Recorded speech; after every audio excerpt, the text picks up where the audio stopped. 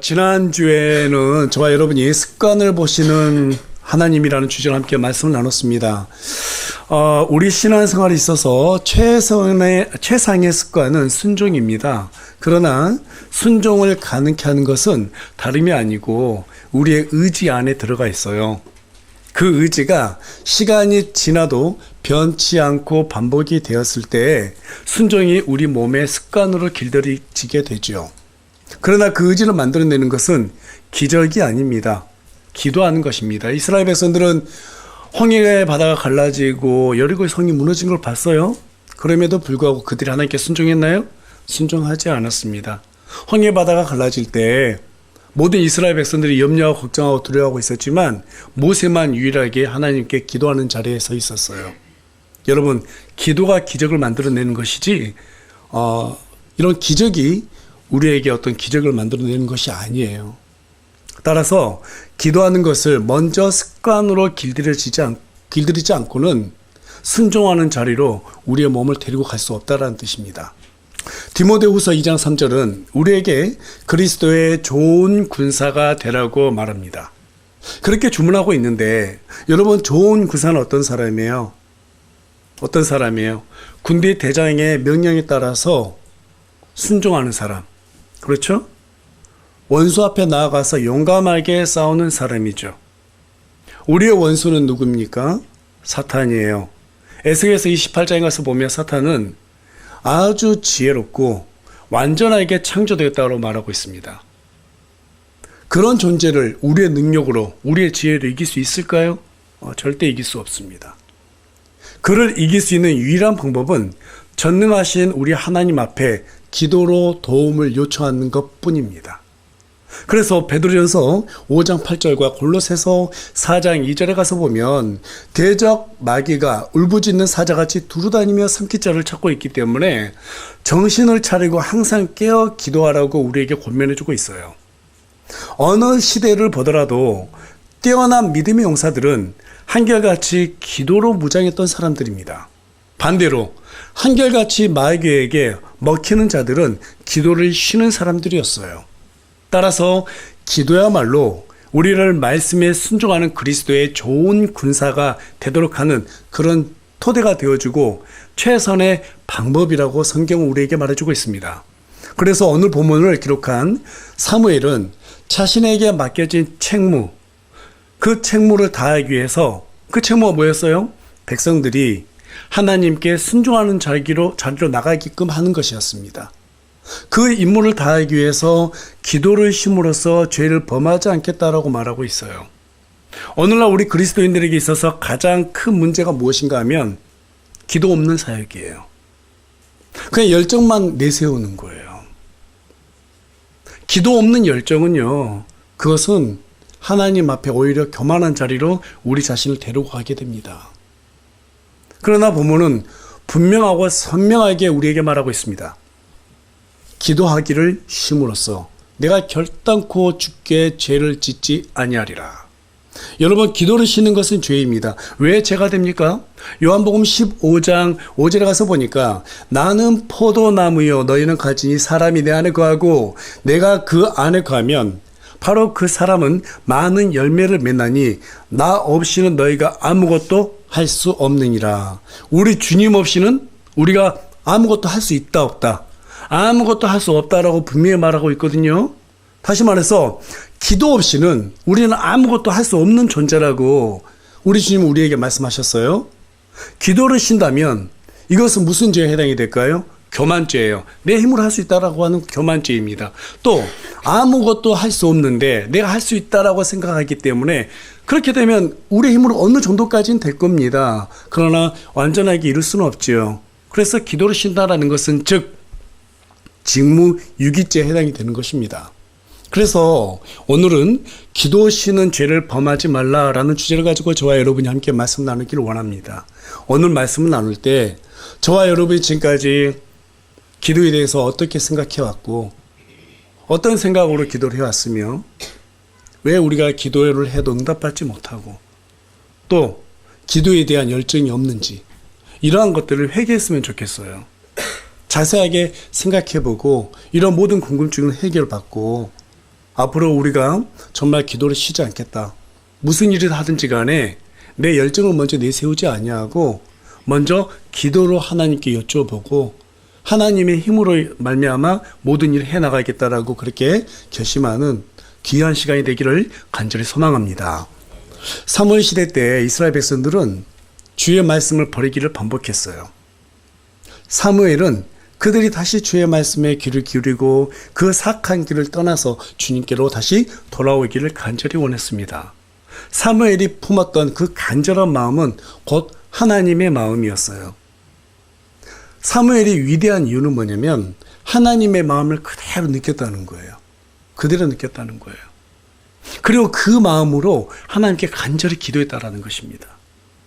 그러나 오늘날 우리는 하나님의 마음으로 기도하지 않아요. 기도를 쉬는 것을 죄라고도 생각하지 않습니다. 여러분께 뜬금없는 소리 하는 것 같지만 민주주의 시스템에서 살아가고 있는 저와 여러분은 공산주의를 배격하고 미워합니다. 그런데 영적으로는 반대로 민주주의를 미워하고 공산주의를 따르고 있는 그러한 모순점을 보여주고 있어요. 무슨 말인가 하면 기도하지 않으면서도 때가 되면 하나님의 은혜가 알아서 배급되길 기다리고 있으니 이것이야말로 공산주의적인 생각이 아니고 무엇이겠습니까? 여러분 공산주의에서는 일하지 않아도 되잖아요. 때가 되면 알아서 배급해 주잖아요. 근데 민주주의에서는 어떻게 돼요? 일하지 않으면 굶어 죽어요. 맞죠? 영적인 것도 막 바로 이런 원리를 그대로 우리가 가지고 가야 되는데 민주주의 하면서 실제적으로 우리는 하나님께서 때가 되면 주겠지. 이런 어떤 공산주의적인 사고를 가지고 있다는 것입니다. 여러분, 하나님께서는 때가 되면 알아서 우리에게 은혜를 배급해 주시는 그런 분이 아니세요. 우리는 종종 우리가 존재하기 때문에 하나님께서 존재하고 있다라고 착각할 때가 참 많아요. 나를 위해서 하나님이 존재한다라고 생각하는 것은 대단히 큰 착각입니다. 그래서 나를 위해서 필요할 때만 기도하는 것이거든요. 정작 하나님의 일을 위해서는 기도하지 않아요. 여러분, 그것은 지난주 여러분께 말씀드렸다시피 생활신앙이지 신앙생활이 아닙니다. 신앙생활은 믿음을 가진 기도에서 출발하는 거예요. 그러나 생활신앙을 가진 사람들은 자신의 생활을 위해서 하나님을 존재케 하고 자신을 위해서 기도하는 사람들인 것입니다. 자기 힘으로 뭔가 해보려고 도전하는 거예요. 그러다 안 되면 낙심하고 절망합니다. 하나님 일하는 것도 늘 이런 식이에요. 우리가 살아갈 때 왜 낙심하고 절망합니까? 여러분, 하나님이 일을 할 때 낙심하고 절망하지 마세요. 그런 마음이 오거든 그 전에 어떤 생각을 해야 되냐면 내가 이 일을 하기 전에 충분히 하나님 앞에 기도를 했는가 안 했는가 그것부터 점검해 보셔야 합니다. 동의하십니까? 여러분, 대부분의 문제는요, 기도의 결핍에서 옵니다. 기도 없이 주의 일을 한다는 것은 마치 영양실조에 걸린 환자가 막노동을 하려는 것과 다르지 않습니다. 그래서 주님은 단호하게 우리에게 명령하셨어요. 구하라. 그러면 그분께서 너에게 주실 것이요. 찾으라. 그러면 너희가 찾을 것이요. 두드리라. 그러면 너희에게 열릴 것이니 구하는 자마다 받고 찾는 자는 찾으며 두드린 자는 자에게 열릴 것이라. 여러분, 얼마나 확실하게 지금 말하고 있습니까? 어느 종교가 구하고 찾고 두드리라고 명령합니까? 기독교 외에는 없어요. 우리 하나님께서는 정말로 너희들이 그렇게 구하고 찾고 두드리면 내가 너희에게 그 모든 걸 보여줄게 라고 그런 보여주고 싶은 마음에서 이렇게 명령하셨습니다. 그런데 왜 우리가 응답을 받지 못하고 살아가고 있을까요? 야고보서 4장 2절이 정확하게 그 내용을 말해주고 있습니다. 우리 다 같이 한 목소리 읽겠습니다. 시작. 너희가 욕심을 내도 갖지 못하고 죽여서 갖기를 원해도 얻을 수 없나니 너희가 다투고 싸워도 갖지 못함은 너희가 구하지 아니하기 때문이요. 왜 받지 못한다고요? 구하지 않기 때문에. 어느 날 한 성도가 죽어서 천국에 갔다고 합니다. 거기에서 한 천사가 그 사람을 데리고 거대한 큰 창고가 있는 곳으로 데리고 갔는데 그곳에는 선물 상자들이 가득했대요. 그래서 이 성도가 아니 이것들이 다 뭐예요? 라고 이렇게 천사에게 물어보니까 천사가 하는 말이 당신이 구하면 하나님께서 주시려고 예비했던 선물인데 당신이 구하지 않아서 받지 못한 것들이라고. 얼마나 억울했을까요? 예. 그냥 하나의 예화이긴 하지만 여러분 실제로 저는 이 예화가요 사실 중고등부 때 우리 목사님에게 들었던 예화거든요. 근데 지금도 과연 그러할 것 같아요. 우리가 구하지 못해서 받지 못한 선물들이 얼마나 많을까요? 그런 것들을 생각하면 우리가 그동안 기도하지 못한 것들에 대한 억울함이 이 시간 좀 생겨야 되지 않겠습니까? 하나님은 우리가 구하기 전에 주지 않습니다. 구하지 않아도 준다라고 생각하면 하나님을 우리의 주님으로 생각하는 것이 아니라 우리의 종으로 생각하는 것입니다. 게다가 구하지 않아도 받게 된다면 우리는 더 이상 하나님을 찾거나 의지하지 않을 것입니다. 그것이야말로 이 땅이 준 지옥이 아니고 무엇이겠습니까? 마귀에게 마음껏 휘둘릴 테니 얼마나 지옥 같은 생활이 반복되겠어요. 부지런한 사람이 부유해지는 것처럼 히브리서 11장 6절은 부지런히 주를 찾는 자들에게 보상을 해준다고 우리에게 말해주고 있습니다. 여러분, 우리 주님을 매일같이 우리에게 좋은 것들로 주시길 원하세요. 그런데도 우리가 받지 못한 것은 기도를 쉬는 죄를 범하고 있기 때문입니다. 어떤 사람들은 아니 저는요 매일같이 기도했는데 왜 나는 받지 못해요? 이렇게 따지는 사람들도 있어요. 왜 받지 못할까요? 야고보서 4장 3절 우리 다 같이 한 목소리 읽겠습니다. 시작. 너희가 구하여도 받지 못함은 그것을 너희 정욕에 쓰려고 잘못 구하기 때문이라. 기도를 많이 한다 해서 하나님께서 그 사람을 불쌍히 여기고 뭔가 응답해 주는 게 아니에요. 여러분 성경은 진리죠? 맞습니까? 성경대로 모든 게 다 이루어지는 거예요. 아무리 기도를 많이 해도 주의 뜻을 위해서 구하지 않는 기도는 그것은 절대로 응답받지 못합니다. 시간 낭비예요. 오늘날 많은 사람들이 잘못된 것을 구하느라 얼마나 많은 시간들을 낭비하고 있는지 몰라요. 전 너무나 그게 안타까워요. 교회에서 기도 제목 나누라 그러면 남편 사업 잘 되게 해주세요. 승진하게 해주세요. 우리 아이 좋은 대학 가게 해주세요. 가족들이 건강하게 해주세요. 심지어는 우리 집 높은 가게에 팔리게 해주세요. 실제로 그런 기도 올립니다. 다음 달 차 나오는데요. 차 사고 안 나게 해주세요. 제가 중고등학교 때 우리 교회에서 지금 생각하면 좀 코미디 같은데요. 차를 뽑잖아요. 그 종교인이 와가지고 다 손 들고 기도해요. 또 목사님은 거기다 성경책 갖다 줘요. 무슨 성경책이 부족입니까? 그게 오늘날 우리 기독교 실체예요. 기독교 실체예요. 여러분 그건 기독교가 아니에요. 종교죠. 맞죠? 종교와 기독교는 구분이 돼야 됩니다. 하나님은 우리 소원이나 들어주는 알라딘의 램프에 나오는 지니가 아닙니다. 자, 그렇다면 주님은 어떤 기도를 했을 때 우리의 기도를 들으시는가? 주께서 주신 기도의 샘플이 오늘 저와 여러분이 읽은 마태복음 6장 9절에서 13절에 기록되어 있어요. 오늘날 사람들은 그 기도를 주기도문이라고 말하지만 이것을 주문처럼 외우라고 우리 주님이 주신 것이 아닙니다. 무엇을 위해서 기도해야 하는지를 알려주는 일종의 기도 가이드예요. 여러분 수학에도 공식이 있죠? 기도에도 공식이 있다 이 말입니다. 그 공식대로 기도해라 라고 하나님께서 우리에게 주신 거예요. 마태복음 6장 9절에 가서 보니까 하늘에 계신 우리 아버지여 아버지의 이름이 거룩히 여겨지게 하시고 우리는 우리 자신과 교회가 세상에서 거룩하게 살아냈을 때 하나님께서 높임을 받게 되는 거예요.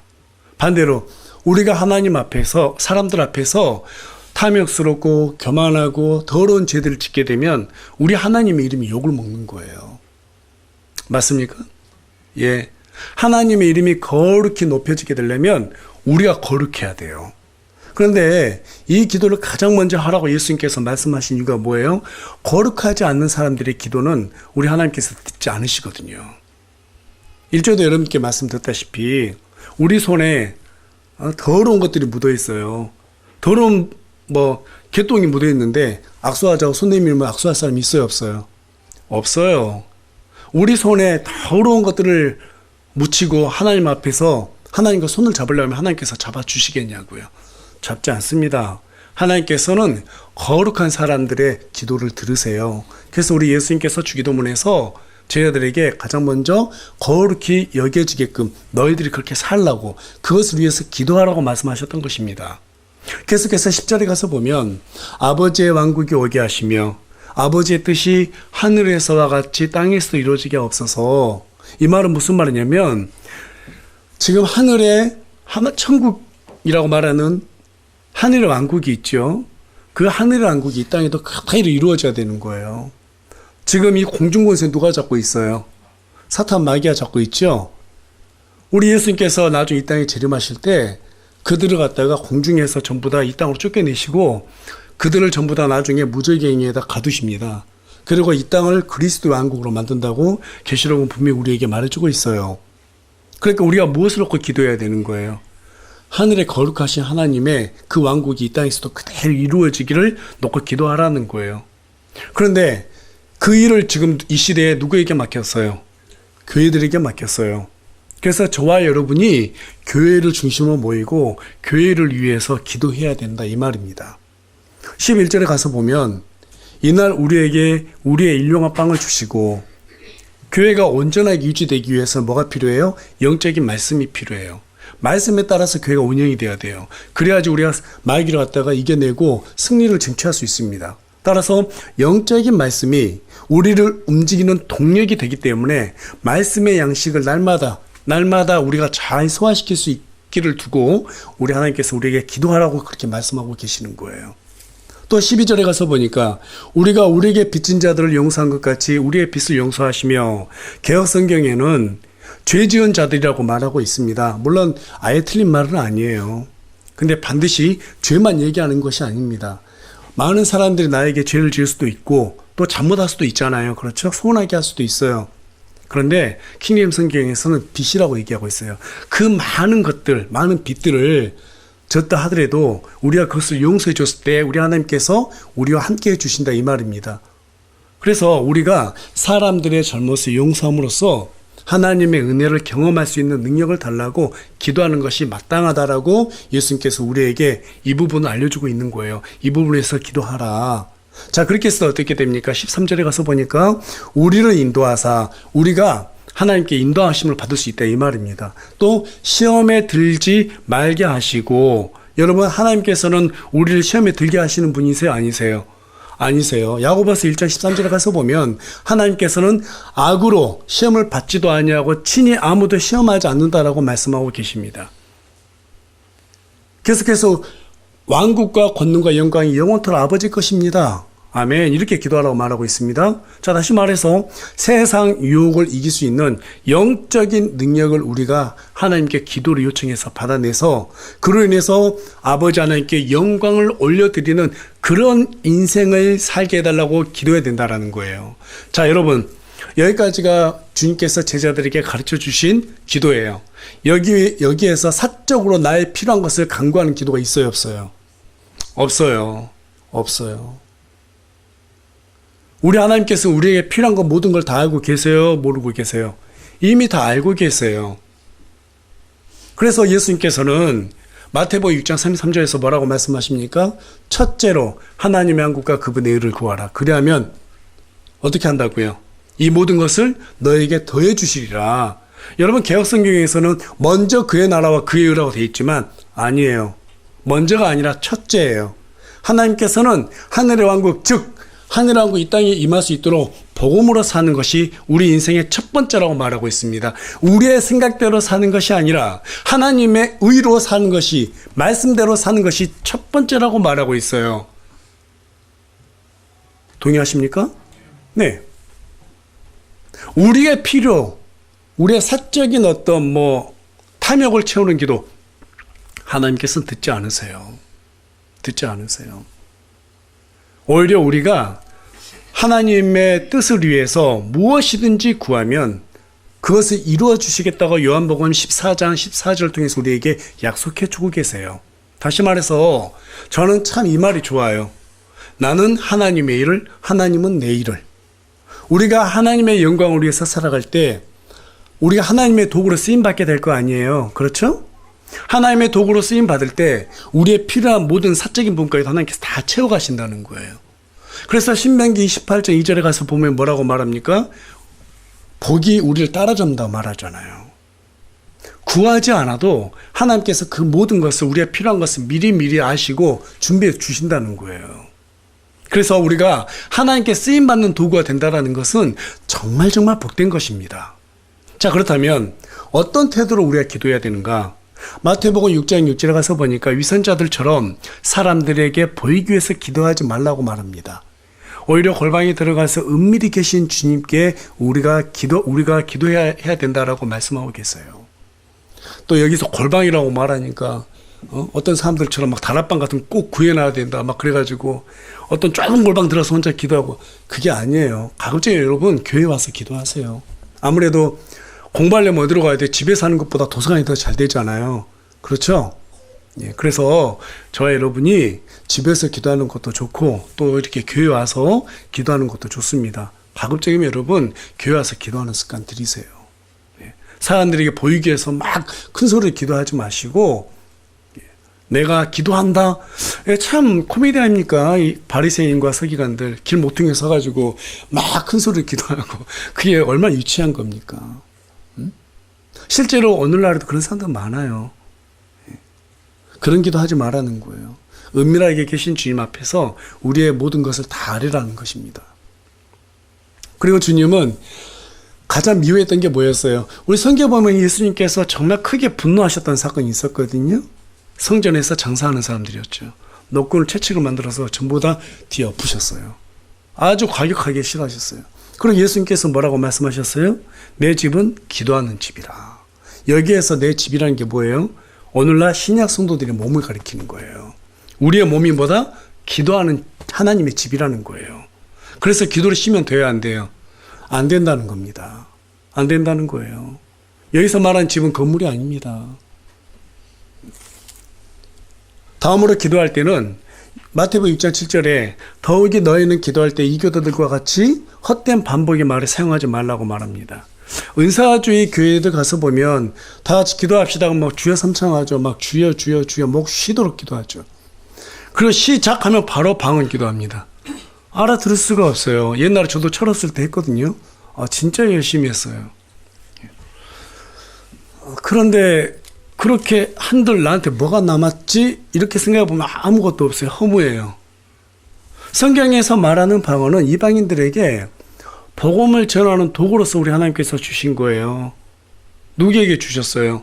오순절 마가의 다락방에서 성령을 받았던 사람들이 그때 당시에 6월절이어서 세계 각지 흩어져도 유대인들이 다 모였거든요. 그때 그들이 각각 나라에서 온 그들이 알아들을 수 있는 나라의 말로 하나님의 말씀을 선포한 거예요. 그래서 사람들이 다 놀란 거예요. 이 사람들 도대체 누구기에 우리나라 말을 하느냐. 여러분, 방언은 요즘 뭐 랄랄라 해가지고 애기 방언이다 해가지고 무슨 뭐 랄랄랄라 그 뭐 하면은 그게 이제 뭐 방언이 된다고 하는데, 여러분 마요네즈도 빨리 해보세요. 짜장면도 빨리 하면 짜짜짜 하면서 다 됩니다. 예. 그런 기도가 어디 있습니까? 지금 분명히 말하잖아요. 헛되고 반복되는 주문 같은 기도를 하지 말라고 말합니다. 정신 똑바로 차리면 이게 정말 잘못된 거구나. 성경대로 보면은요, 그런 기도는 없어요. 저도 여기에서 벗어나기 참 힘들었거든요. 그들은 방언을 어떤 뭐 천국의 언어다, 천사의 언어다라고 말하지만, 물론 고린도전서 15장 1절에서 가서 보면 천사의 언어란 말이 언급되어 있습니다. 그런데 여러분, 그것은 그게 하나 비유법이에요. 실제로 가브리엘이 마리아에게 나타나서 예수님의 수태고지를 알렸을 때 무슨 언어로 말했을까요? 히브리어로 말했어요. 마리아가 알아들을 수 있는 말로 했단 말이에요. 또 천사가 아브라함에게 나타났을 때 무슨 언어를 사용했을까요? 랄랄라 그래서 알아들었을까요? 아브라함이 어떻게 알아듣습니까? 히브리어로 말해줬으니까 알아들었죠. 천사가 다니엘에게 나타나서 계시를 해주었을 때도 무슨 언어로 말해줬을까요? 다니엘이 알아들을 수 있는 히브리어로 말했어요. 여러분, 우리가 헛된 반복의 말로 하나님께 기도할 것이 아니라 정확히 알아들을 수 있는 말로 하나님과 인격적인 대화를 할 수 있어야 됩니다. 이사야서 33장 9절에 가서 보면 내가 사나운 백성들을 보지 아니하리니 그 백성은 내가 능히 알 수 없는 어려운 말을 하며 더듬는 언어를 쓰므로 내가 그것을 깨닫지 못하리라. 계속해서 고린도전서 14장 19절에 가서 보면 그러나 교회에서는 내가 알지 못하는 언어로 만마디 말을 하느니 차라리 이해하면서 5마디 말을 하여 내 목소리로 다른 사람들도 가르치리라. 여러분, 방언은 당시의 초대교회 시절에 복음의 수단이었지 기도의 수단이 아니었습니다. 사도 바울이 이방인들에게 복음을 선포해야 되잖아요. 그러면 그 나라 언어를 알아야 될 거 아니에요. 근데 하나님께서는 그 나라 언어도 모르는데 그냥 무작정 보냈단 말이에요. 그러면 책임을 져야 될 거 아니에요. 사도 바울이 이탈리아 가서 말씀을 전하는데 갑자기 자기 언어가 꼬이다 이탈리아어가 나온 거예요. 스페인에 가서 말씀을 전하는데 스페인어가 나온 거예요. 이게 바로 방언이에요. 그런데 왜 사람들은 기도할 때만 방언이라고 하면서 랄랄라 하는지 모르겠어요. 막 주문 같은 거 외워요. 그건 잘못된 용도입니다. 따라서 기도는 사람이 알아들을 수 없는 헛된 반복의 말을 해서는 안 되고 정말로 우리가 인격적인 언어로 하나님과 대화하는 거예요. 그게 바로 기도의 수단이 되는 언어가 돼야 되는 것입니다. 계속해서 데살로니가전서 5장 17절에 가서 보니까 쉬지 말고 기도하라고 말하고 있습니다. 그러니까 막 길거리 다니면서 중얼중얼 이게 아니라 그런 말이 아니라 날마다 하나님께 기도하기를 쉬지 말라 이런 말이에요. 또 어떤 기도를 내가 했을 때 그 기도가 응답될 때까지 쉬지 말라 이런 말입니다. 또 게으른 사람들은 하루에 몰아서 기도하겠다 해서 그날 하루 딱 날 잡고 기도하는 사람들도 있어요. 그것은 자신들의 양심의 가책을 드러내기 위한 방법이지 성경적인 원리가 아닙니다. 기도는 영적인 호흡이라고 말하고 있어요. 여러분, 자, 지금부터 딱 5분만 쉬어보겠습니다. 숨을 멈춰보겠습니다. 어떻게 되겠어요? 전부 다 CPR 해야 돼요. 6일 동안 숨을 꼭 참고 7일째 된 날 몰아서 숨 쉬겠다? 그런 사람 없잖아요. 그렇죠? 그런 어리석은 사람들이 어디 있습니다. 어디 있어요? 이미 시체가 되고 말죠. 무슨 말이에요? 기도는 생각날 때마다 그리고 시간을 정해놓고 날마다 쉬지 않고 하는 겁니다. 안중근 의사는 이런 말 있죠. 나는 날마다 책을 읽지 않으면 입안에 뭐가 돋는다? 가시가 돋는다. 우리 그리스도인들은 이렇게 말을 고쳤으면 좋겠어요. 나는 날마다 기도하지 않으면 숨을 못 쉰다. 실제 성경이 우리한테 그 얘기를 하고 있는 거예요. 그렇다면 마지막으로 기도는 어떻게 해야 되는가? 다니엘서 9장 3절, 에베소서 6장 18절, 빌립보서 4장 6절에 가서 보면 기도하고 간구가 별도로 구분되어 있는 것을 보게 됩니다. 기도에는 몇 가지 종류가 있죠. 첫 번째, 죄를 자백하는 회개 기도가 있고 감사의 찬양 올려드리는 감사의 기도가 있습니다. 또 지체들을 위해서 구하는 중보 기도가 있어요. 그리고 간구라고 하는 것은 말 그대로 하나님의 일을 위해서 필요한 것들을 하나님께 구하는 기도로 말합니다. 사실 그렇게 크게 구분할 필요는 없지만 성경이 이 두 가지를 구분해서 우리에게 알려주고 있는 이유는 무엇이냐면 우리의 필요를 위해서 간구하는 것도 그만큼 중요하기 때문에 이렇게 구분하고 있는 거예요. 그렇다면 마지막으로 언제까지 우리가 기도해야 될까요? 언제까지? 우리는 가끔 기도하라 그러면은 누구를 위해서 기도해 줄 때 하나님 기도한다고 말하시니까 약속 지키기 위해서 기도합니다. 잠깐 기도하고 뻘떡 일어나요. 그렇게 기도하지 말라고 말합니다. 다니엘서 10장 12절에서 13절에 가서 보니까 다니엘이 기도를 했어요. 하나님께 기도했습니다. 그 순간에 이미 하나님께서는 그 기도를 들으시고 천사를 통해서 응답을 가지고 가라고 명령을 내리셨어요. 그런데 그 응답을 가지고 오니까 이 영적인 세계를 보니까 나라마다 그 나라를 담당하는 마귀가 있어요. 그 나라를 담당하는 천사들이 있어요. 그 천사가 하나님 응답 가지고 지금 어때요? 바빌론에 있는 다니엘한테 가야 되는데 페르시아죠. 그 페르시아의 우두머리 마귀가 이 응답을 가지고 가는 천사를 가로막았습니다. 그때 하나님께서는 다니엘의 기도를 재료 삼아서 미가엘을 움직였어요. 그리고 무사히 다니엘에게 그 천사가 응답을 가져갈 수 있도록 했단 말이에요. 그러니까 무슨 말이에요? 기도는 응답이 될 때까지 하는 거예요. 받을 때까지. 그리고 그 응답이 됐을 때 우리는 감사의 기도를 올려드리는 겁니다. 뿐만 아니라 열왕기상 18장 42절에서 가서 보면 엘리야가 갈멜산 꼭대기에 가서 하늘에서 비를 내려달라고 기도하거든요. 어떻게 기도합니까? 엎드린 채 무릎 사이에다가 얼굴을 갖다 파묻고 기도해요. 그러기를 몇 번 하냐면 무려 7번이나 간구합니다. 우리 하나님께서 한 번만 기도해도 다 알아들으셨을 텐데 왜 7번이나 하나님께서 기도하게 시켰을까요? 철저하게 하나님을 의지하게 만들려고 하는 거예요. 그렇게 했을 때 하나님께서 응답해 주신다는 것을 보여주는 겁니다. 엘리야가 참 대단한 건 뭐냐면 하나님의 백성들 앞에서 하나님을 제대로 믿지 못한 그들에게 분노를 느꼈어요. 의분이죠.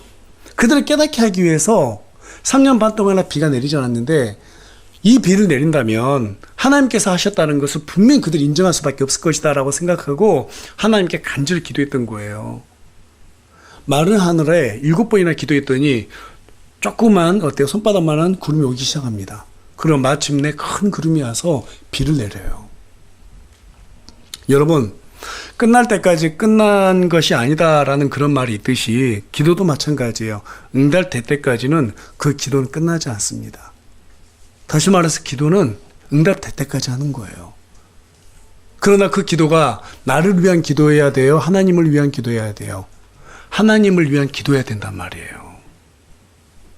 기도에도 분량이 있다 없다? 분량이 있다라는 것입니다. 말씀을 정리하겠습니다. 주님은 구하지 않으면 응답해 주시는 분이 아니세요. 구하더라도 자신의 정욕을 위해서 잘못 구하는 기도에도 하나님께서 응답하지 않으십니다. 하나님께서 응답하시는 기도는 하나님의 뜻을 위해서 간구하는 기도입니다. 기도할 땐 위선자들처럼 보이기 위해서 기도할 것이 아니라 은밀한 중에 계신 우리 하나님께 은밀하게 기도해야 됩니다. 오늘날 이런 방언이라고 하는 것처럼 헛된 말을 반복하는 그런 주문을 외우는 기도가 아니라 하나님께 인격적으로 알아들을 수 있는 그런 언어로 기도를 드려야 됩니다. 하루에 몰아다가 하는 기도도 주님께서 원치 않으십니다. 기도는 호흡인 것처럼 쉬지 말고 매일같이 해야 되는 것입니다. 우리가 매일같이 하나님께 기도했을 때 우리에게 순종이라고 하는 이게 순종의 연습이에요. 자, 오늘부터 여러분 여러분이 잘 되기 위해서 제가 한 가지 좀 주문을 하려고 그래요.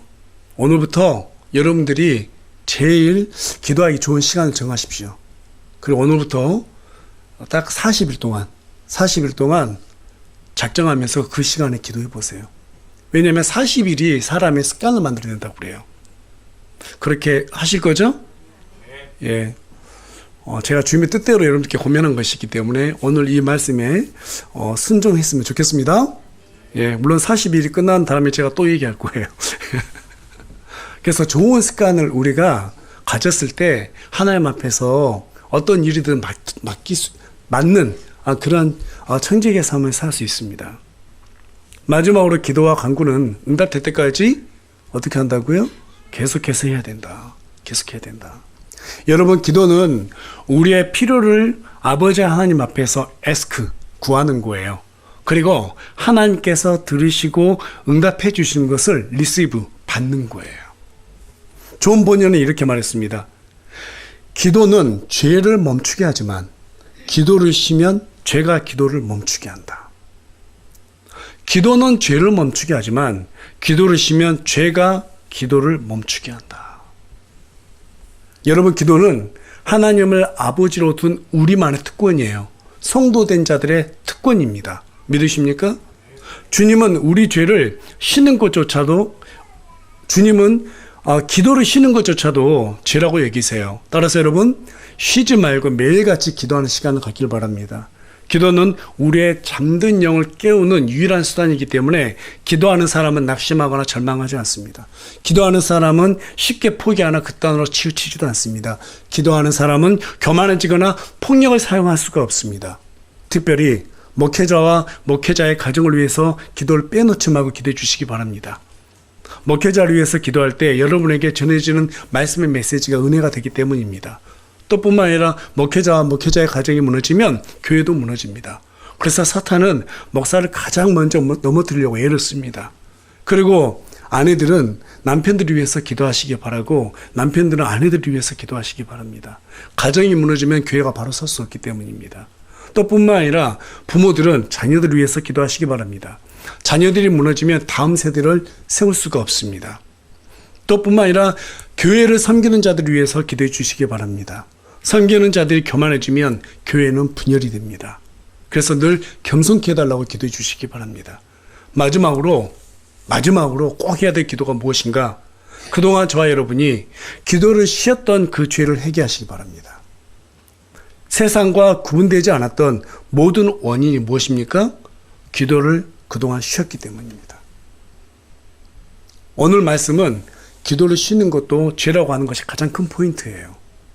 저와 여러분이 앞으로 하나님 앞에 순종하는 사람이 되기 위해서는 기도가 반드시 있어야 되고, 이 기도가 순종의 의지를 만들어내기 때문에 저와 여러분이 날마다 기도를 쉬지 않고 하나님 앞에 꼭 습관적으로 하는 그런 저와 여러분이 되기를 원합니다.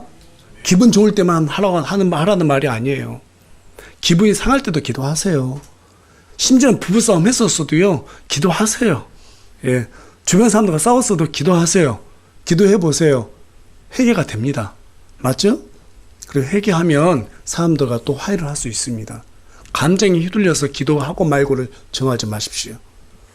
습관이고 의무고 책무이기 때문에 감정이 휘둘리지 않고 늘 기도하는 저와 여러분이 되기를 소망합니다.